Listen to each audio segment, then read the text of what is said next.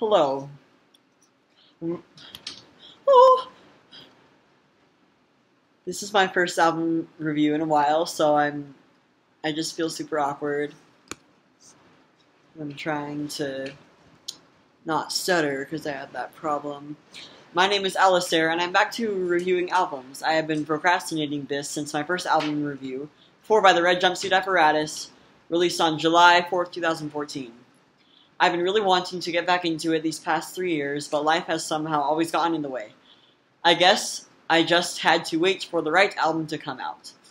And there are a few albums that have come out in recent years that I want to talk about as much as the 4th album by Massachusetts synthpop band Passion Pit, titled Tremendous Sea of Love. This album has been out since March 24th, I think, but it wasn't released on any streaming albums until July 28th, so that's why I waited until now. Now, before I talk about the music itself, the background is worth mentioning because the lead and mastermind behind Passion Pit, Michael Angelakos, is trying to make a statement and a difference. I was originally intrigued because, like many, I didn't find this album until over a month after its release in March due to it not being released on any streaming platforms, and I mostly use Spotify to find this stuff out. But there is a good reason for this. Michael Angelakos released this as part of a thing called the Wishart group, which he started to provide educational and healthcare services to people in the music industry. The reason that dog over there sniffing my oven. I lost my spot. I do have a dog, though, and she's pretty cool.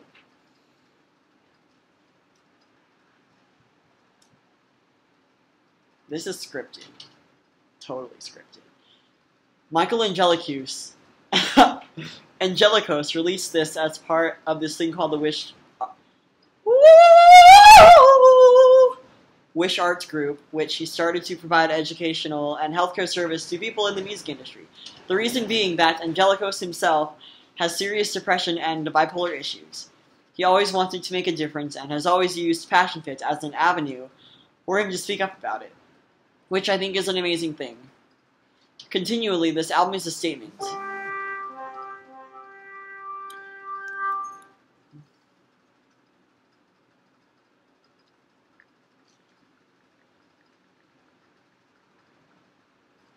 I'm gonna delete that because my mind is just all over the place right now.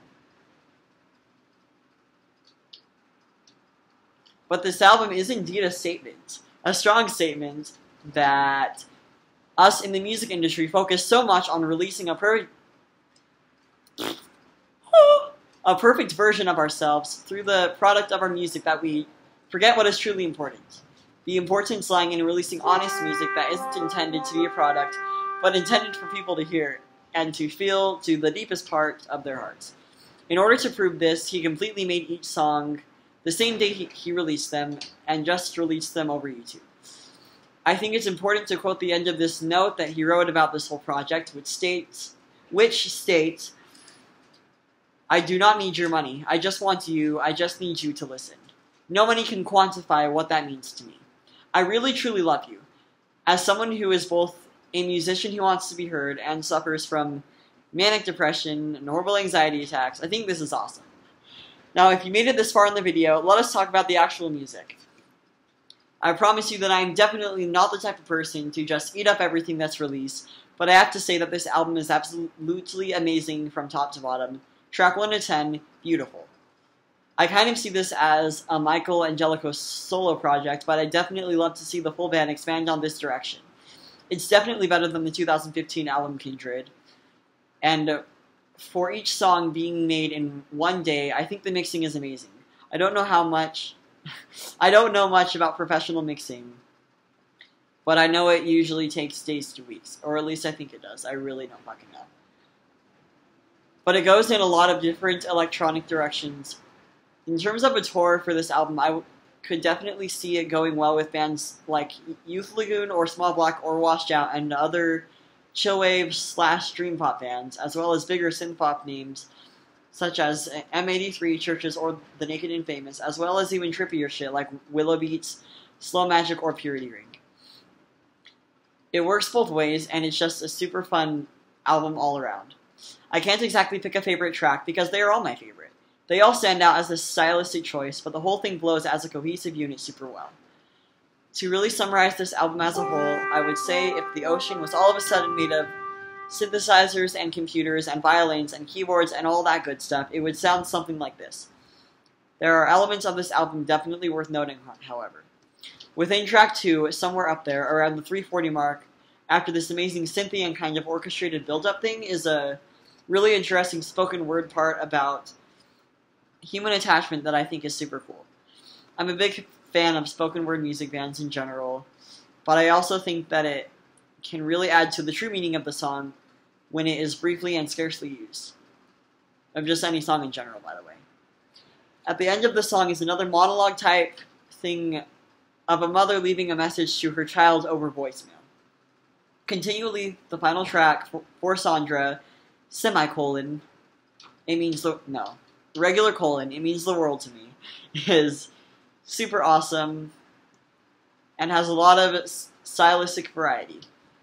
It starts out with this beautiful lo-fi piano melody, goes into this stunning swell of pure synthy delight, and ends with vocals over a calm acoustic guitar, perfectly fading into the end of the album. If you want to know about lyrics, the gist is that this album is all about love. It talks a lot about how love is the answer, and I feel every track is just about love, and offers 10 different perspectives of love. But they all speak about how important it is, which is significant to Angelakos' statements that music and the making of music is all about love. Love of music, love of sound, and love of making people happy. That's what this album is all about. And although the creator actually pulled this out of his brain and made it into something within a matter of days, I think it is very well thought out. If I had to say anything negative about this, I'd say that the title track, Tremendously of Love, is more of an ambient track and is definitely not exciting, compared to the rest of the album's vibrancy. But being in the middle of the album does make sense as a kind of break.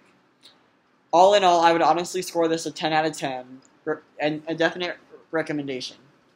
Now, real quickly, I would like to speak of my Patreon. Link is in the description, and I'm also going to put a link to the article that I read that had all the details about this album and how awesome it is and stuff. So please donate anyway, because I need money and I'm poor. And I have a lot of things I want to do, and I want to be able to continue this without getting too overwhelmed, so that would be really cool. However, I would like to note that I am dedicated to never letting the lack of money or making of money influence the quality of content in which I create. So please, if you like this, drop by my Patreon, but only if it is completely upon your own obligation. Subscribe as well, and thank you. Stay tuned for more album reviews, and hopefully, in a few months, music created by bands I'm in. Those always go really slow, but we'll see. Thank you, and have a great day.